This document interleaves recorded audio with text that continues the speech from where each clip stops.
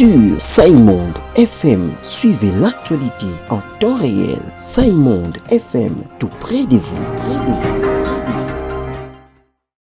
Ici Merdil Zolo depuis Kinshasa, d'où nous émettons. Bienvenue à ce bulletin d'information. En 8 mois de l'élection du secrétaire général de la francophonie, le chef de l'État congolais a invité le pays membre de la francophonie à soutenir la candidature de la République démocratique du Congo au poste de secrétaire général de cette organisation, portée par Mme Juliana Lumumba lors d'une réception organisée jeudi à la Cité de l'Union africaine à Kinshasa. Dans son allocution, le chef de l'État a indiqué que soutenir la candidature de Juliana Lumumba, ce n'est pas seulement accompagner une femme d'expérience, mais surtout de faire le choix d'une francophonie qui assume pleinement sa vocation politique et humaine.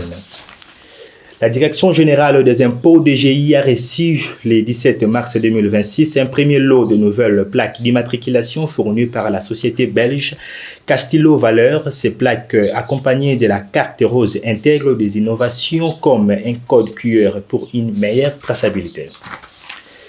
La République démocratique du Congo et l'Union européenne ont renforcé leur partenariat dans le secteur minier. Ce programme a été officiellement lancé à Kinshasa le 17 mars 2026, financé et soutenu par l'Union européenne dans le cadre de sa coopération avec la RDC, avec comme objectif principal de renforcer la gouvernance minière en améliorant la connaissance géologique du pays, rendant la gestion des ressources plus transparente et durable, renforçant les capacités techniques et locales.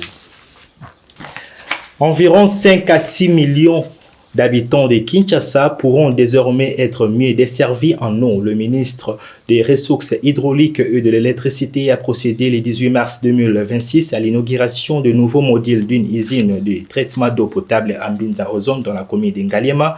Avec ces ajouts, l'usine atteint une capacité totale d'environ 330 000 m3 d'eau par jour, ce qui permet d'améliorer l'accès à l'eau potable, de réduire le déficit ainsi les difficultés d'approvisionnement.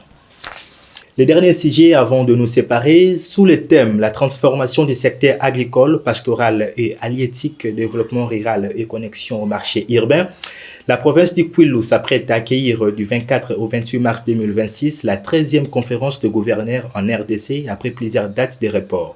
Cette rencontre importante qui réunit le président de la République, le gouverneur de 26 provinces et d'autres autorités nationales avait comme mission d'évaluer la gouvernance des provinces, coordonner la politique entre Kinshasa et les provinces et discuter les priorités comme la sécurité, les finances publiques ou le développement local.